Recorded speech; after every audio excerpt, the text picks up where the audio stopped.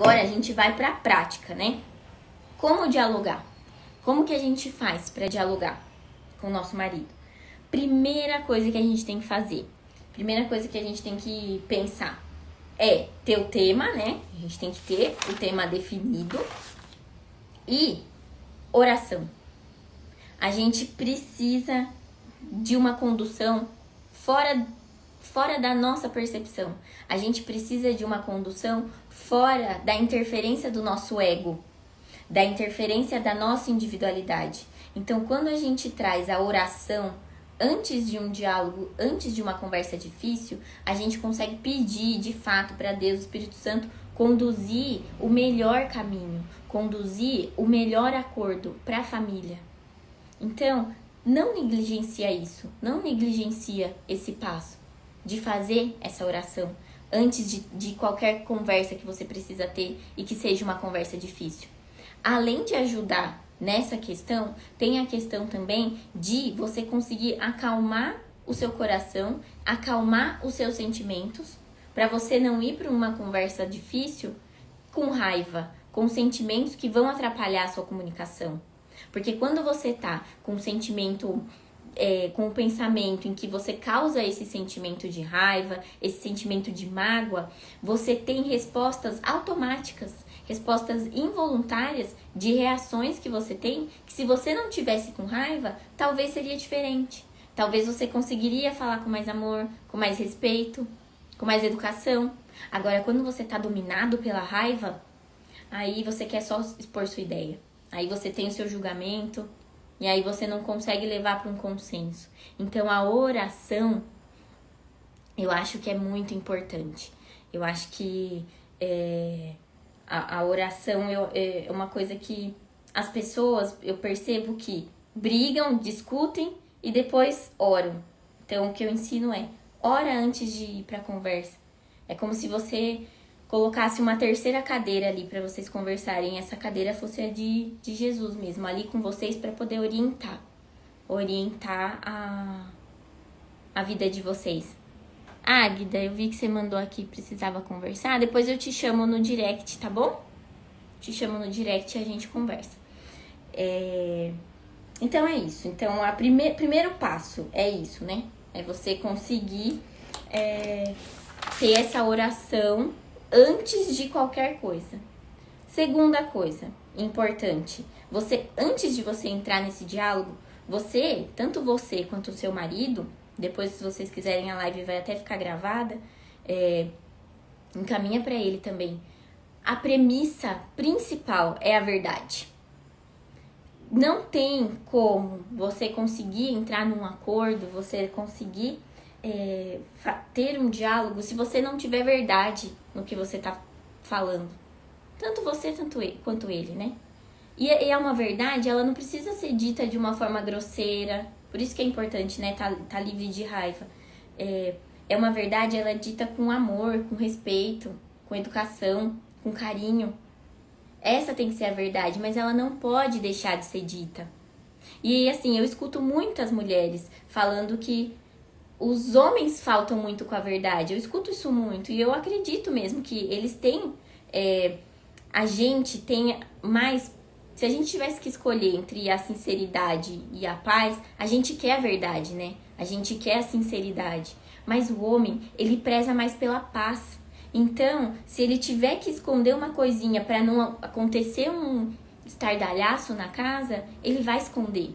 Então, isso é um problema muito grande, mas é importante vocês entenderem que a premissa principal é a verdade e que quando você entende isso, quando você entende que o homem ele sempre vai prezar pela paz e não pela verdade, é a hora que você, com esse entendimento, começa a acolher as verdades dele prezando pela paz, porque assim você estimula, você incentiva ele a cada vez mais ir te falando as coisas. Sabe por quê? O que acontece assim, tanto com o homem quanto a mulher, mas eu vejo muito isso com o homem.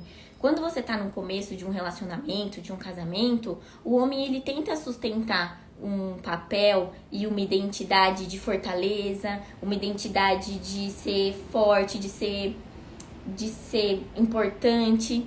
Só que se ele vai perdendo isso por N motivos, qualquer motivo, se ele vai perdendo isso, ele não tem coragem de te falar. Ele não consegue te dizer isso.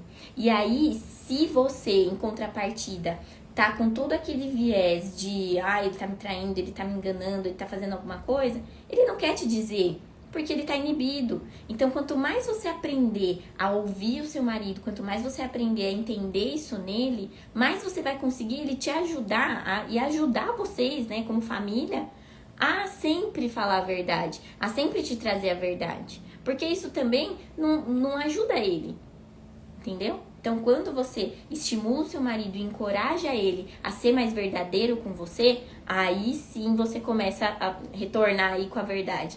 Tem até uma passagem bíblica que fala, né, em João 8,32, conhecereis a verdade e a verdade vos libertará. Então, tudo que tá oculto ali na relação, tudo que você fala, eu não vou falar isso, porque tudo que tá oculto acaba sendo um problema muito maior. Então, quando você traz isso à luz e você resolve, você consegue de fato solucionar esse problema. Você não fica jogando as coisas para debaixo do tapete, certo? Então tá. Então, essas foram as duas premissas antes de iniciar o diálogo. Então, agora iniciando o diálogo, qual que vai ser sua principal atividade ali? Vai ser escutar. Por quê?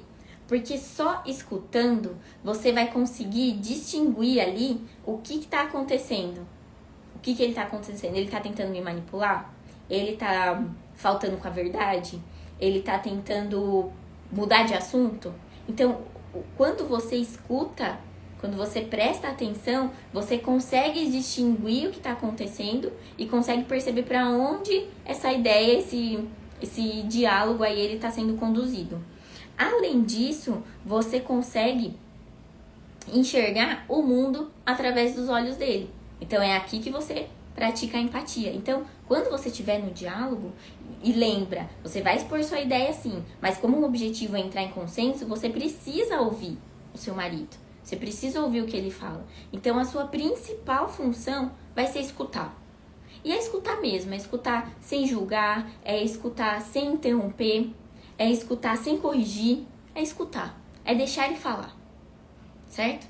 Outra coisa também, cuidado com suposições. Suposição é uma das maiores armadilhas aí de qualquer relacionamento, tanto conjugal quanto social, as interpretações. Então, acredite só no que você ouve, acredite só naquilo que ele tá falando, porque o que acontece? Vou dar um exemplo. Estamos nós aqui todos assistindo a cena de um filme. Se depois que terminou o filme eu pedir para cada uma de vocês me contar qual foi a moral, cada uma vai me dar uma resposta. Cada uma teve uma interpretação. Então, quando o seu marido ele fala alguma coisa para você e você interpreta e supõe que ele quis dizer outra coisa, isso nada mais é que uma interpretação que você está fazendo. Então, se você não ouviu da boca dele, não tenha aquilo como sua verdade. Se você está supondo algo, não tenha aquilo como sua verdade. Porque ele tem uma cabeça diferente da sua. Todas nós aqui temos. Aí você fala, mas eu conheço meu marido. Se você conhecesse seu marido, vocês não estavam tendo o problema que vocês têm. Entendeu? Então, para com isso. Se tivesse suposição na sua cabeça, entenda. Se você não ouviu da boca dele, não acredite nisso. Por isso que é importante a gente sempre escutar sem julgamento e deixar ele falar. Deixar ele falando. Para você ouvir dele e não supor nada. Certo, gente?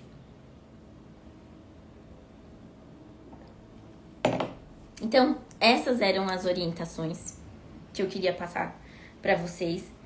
Não se esqueça, ora primeiro, pede discernimento, que é a capacidade de você conseguir se livrar aí das suas interpretações. O discernimento aí do Espírito Santo é quando você tira todo esse seu pressuposto do seu entendimento, né? Você se livra, é como se você se livrasse do seu ego, como se você levasse o seu espírito para esse entendimento maior. certo? Então, primeira coisa é isso, ora primeiro.